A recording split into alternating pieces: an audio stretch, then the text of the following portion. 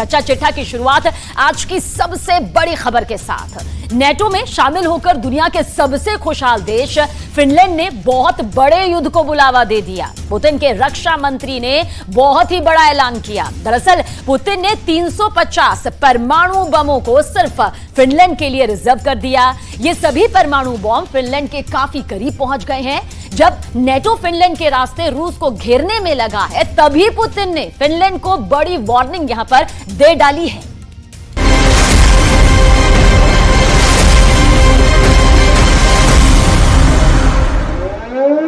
Helsinki, Finland.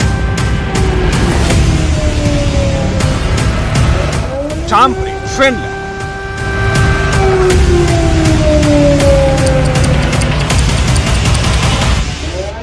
Turku, Finland.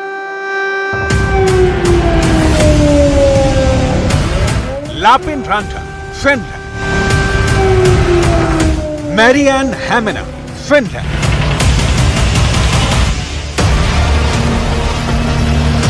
Finland के इन शहरों में रूस के हमले का खौफ समाया हुआ है। सिर्फ इन शहरों में ही क्यों, पूरे फिनलैंड में रूस से दो हाथ करने की तैयारी हो रही है। सड़क से लेकर बड़ी बड़ी इमारतों में रूस के हमलों का कैसे मुकाबला करना है, इसकी ट्रेनिंग चल रही है।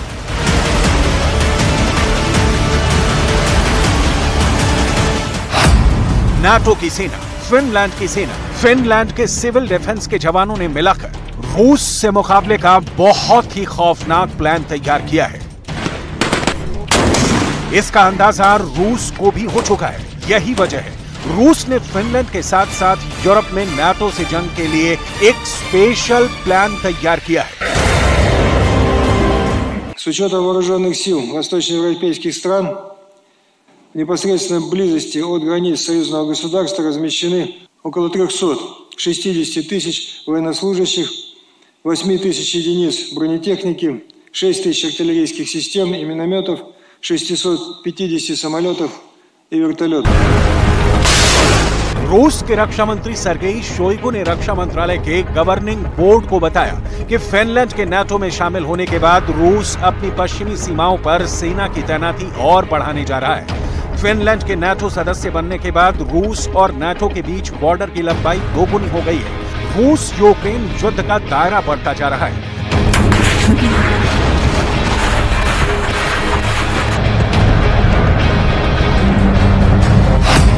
रूस यूक्रेन सीमा के साथ बेलारूस और पोलैंड की सीमा पर दोनों तरफ से सेनाएं जमी हुई हैं, लेकिन अगला नंबर फिनलैंड का है।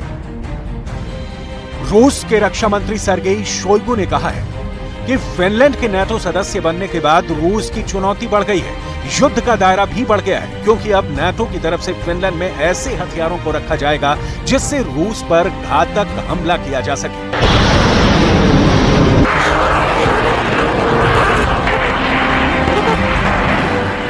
Безопасности Российской Федерации возросли кратно. Серьезным дестабилизирующим фактором является вступление в НАТО Финляндии и в перспективе Швеции. После присоединения Хельсинки к Альянсу сухопутная граница России со странами блока увеличилась почти в 2 раза. На финской территории вероятно размещение дополнительных воинских контингентов и ударных вооружений НАТО, способных на значительную глубину поражать критически важные объекты на северо-западе России. रूस के पड़ोसी फिनलैंड में नाटो की सेना जमा हो रही है। फिनलैंड की सुरक्षा के लिए नाटो के टैंक फिनलैंड पहुंचेंगे। नाटो की घातक मिसाइलें रूस की सीमा के करीब लगाने के लिए फिनलैंड आएंगी। नाटो के लड़ाकू विमान फिनलैंड में लैंड होंगे। रूस को नजर में रखकर नाटो फिनलैंड में अपने हथियारों का नया गोदाम बनाएगा, जहां रखे एक एक हथियारों पर पुतिन की सेना का नाम होगा। यही वजह है कि रूस की सेना भी अपनी नजर फिनलैंड की सीमा की ओर कर रखी है। फिनलैंड के नाटो में शामिल होने के बाद रूस अपनी पश्चिमी सीमा पर लगातार मिलिट्री यूनिट बढ़ाता जा रहा है। फिनलैंड के बॉर्डर पर रूस की बटालियन 24/7 चौकन्ना रहती है, क्योंकि रूस को अंदाजा हो चला है कि फिनलैंड की सीमा पर नाटो से दो हाथ कभी भी करना पड़ सकता है।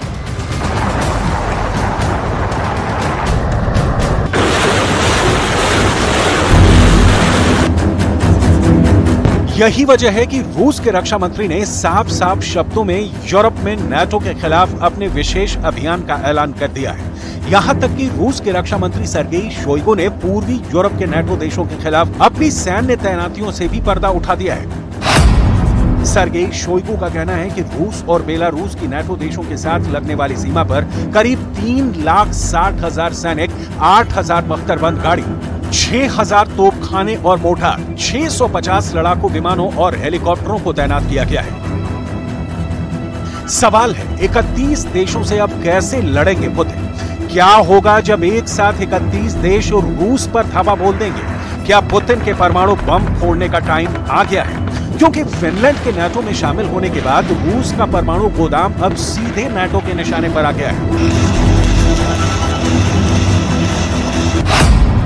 फिनलैंड 1340 किलोमीटर लंबा बॉर्डर रूस के साथ साझा करता है, जिससे अब नाटो देश रूस की सीमा तक पहुंच गए हैं। अब नाटो देशों की रूस से सटी हुई सीमा दोगुनी हो गई है। रूस 20,000 किलोमीटर से भी लंबी जमीनी सीमा रेखा 14 पड़ोसी देशों के साथ साझा करता है। 20,000 किलोमीटर में पहले करीब 1,215 किलोमीटर सीमा रूस नाटो देशों के साथ साझा करता था, जो कि अमेरिका, नॉर्वे, एस्टोनिया, लातविया और लिथुआनिया से मिलती थी। अब 1340 किलोमीटर लंबी सीमा के जुड़ने से रूस की नाटो देशों के साथ साझा करने वाली सीमा की लंबाई 2,555 किलोमीटर हो गई है। फिनलैंड के बॉर्डर पर रूस के न्यूक्लियर बॉम्बर दिख चुके हैं। रूस के ये ऐसे बॉम्बर हैं जो आसमान के रास्ते परमाणु हथियार ले जाने में सक्षम हैं। तस्वीरों के सामने आने के बाद फिनलैंड पर रूस के खतरे की खबरें पूरी दुनिया में फैल गईं। अब आगे बढ़ें और नाटो के खिलाफ रूस के न्यूक्लियर ऑपरेशन की तैयारियों को दिखाएं। उससे पहले नाटो को लेकर पुतिन का मूड क्यों खराब हो गया है, इसे जान लीजिए। पूर्वी यूरोप में नाटो की सेना की तादाद लगातार बढ़ती चली जा रही है।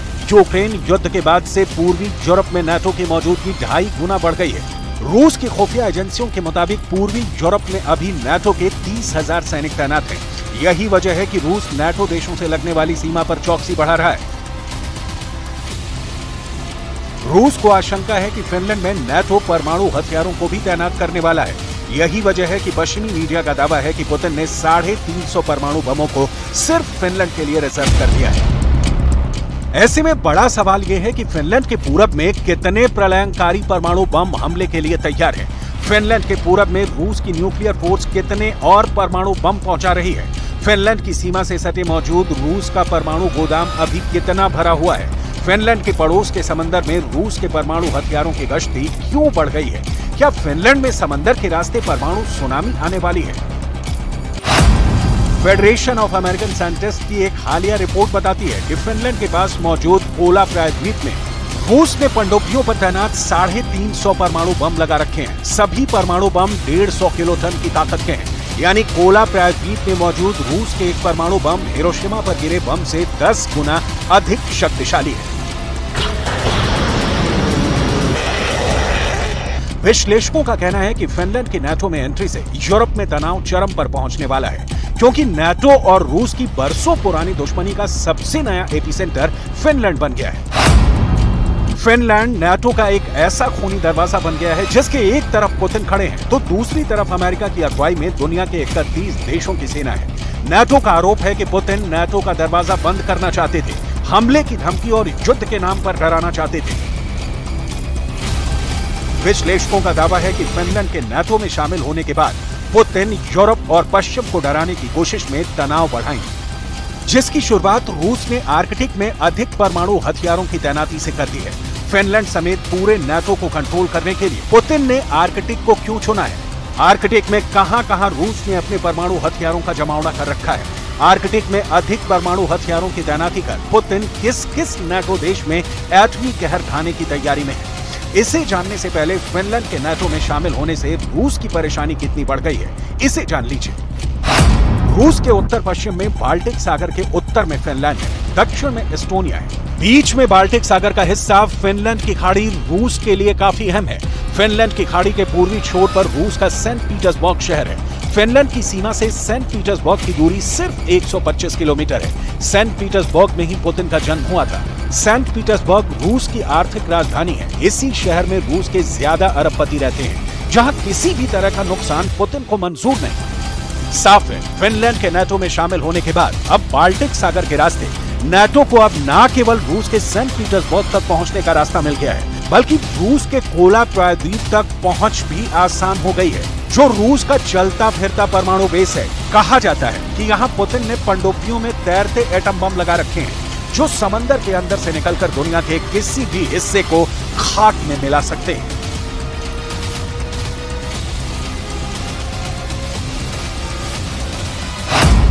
कोला प्रायद्वीप में रूस ने बड़े पैमाने पर परमाणु हथियार जमा कर रखे हैं। कोला प्रायद्वीप का छोटा सा इलाका रूस की परमाणु मिसाइल से लैस सबमरीन का पावरफुल सेंटर है। यहीं से आर्कटिक की गश्त भी की जाती है। यही वजह है कि अब रूस के रक्षा मंत्री ने दावा किया है कि रूस ने यूरोप में नाटो से भिड़ने की पूरी तैयारी कर ली है। रूस की मिलिट्री डेवलपमेंट की सैटेलाइट तस्वीरों ने अमेरिका समेत पूरे नाटो देशों को परेशान कर दिया है। सबसे पहले आप सैटेलाइट से ली गई इन खुफिया तस्वीरों को देख लीजिए। खुफिया तस्वीर नंबर 1, खुफिया तस्वीर नंबर 2, खुफिया तस्वीर नंबर 3, खुफिया तस्वीर नंबर 4, खुफिया तस्वीर नंबर 5, खुफिया तस्वीर नंबर 6, खुफिया तस्वीर नंबर 7, खुफिया तस्वीर नंबर 8। रूस की सैन्य तैयारियों का पर्दाफाश करने वाली इन तस्वीरों ने दुनिया के तमाम देशों की धड़कनें बढ़ा दी हैं। ये खुफिया तस्वीरें कैसे आर्कटिक में रूस के परमाणु युद्ध की तैयारियों का पर्दाफाश कर रही हैं। इसी मकसद में रूस ने फिनलैंड की सीमा से करीब 160 किलोमीटर दूर उत्तर पश्चिम रूस में ओलेनोगॉर्स्क में लगातार रेडार स्टेशनों को बढ़ा रहा है। ये रेडार फिनलैंड और नॉर्वे की सीमा से 400 किलोमीटर दूर बैरेंट्स सागर के तट पर पश्चिमी रूसी शहर ओस्ट्रोवनाय में भी बनाए जा रहे हैं। इसी तरह का निर्माण आर्कटिक सर्कल के ऊपर रूस के उत्तरी तट के करीब वोरकोटा में एक बेस पर किया जा रहा है। रेडार सिस्टम का विकास रूस के उत्तर पूर्व में ट्रिक्सी एयर डिफेंस साइट पर भी किया गया है। इसी तरह रूस की सेना आर्कटिक महासागर के द्वीप में मौजूद रूस की सबसे उत्तरी सैन्य ठिकाना नगर्स्को हवाई अड्डे पर रनवे में सुधार कर रहा है। ऐसे ही पूर्वोत्तर रूस की मुख्य भूमि के तट से लगे कोटलनी द्वीप पर बने टैंप एयर बेस के रनवे को भी आधुनिक बनाया गया है। रूसी सेना की ये तैयारी नाटो के फिनलैंड वाले फॉर्मूले का काट माना जा रहा है। पुतिन की ये तैयारी पुतिन के भविष्य वाले वॉर प्लान का संकेत दे रही है। नाटो के खिलाफ ये रूस का नया कॉन्फिडेंस है, ऐसा आत्मविश्वास जो उसे यूक्रेन के बाद दूसरे युद्ध के लिए तैयार कर रहा है। ऐसे में सवाल है कि क्या यूक्रेन के बाद अब फिनलैंड का नंबर है, जिसकी धरती पर धावा बोलकर पुतिन सीधे नाटो के घमंड को चकनाचूर करने की तैयारी में है।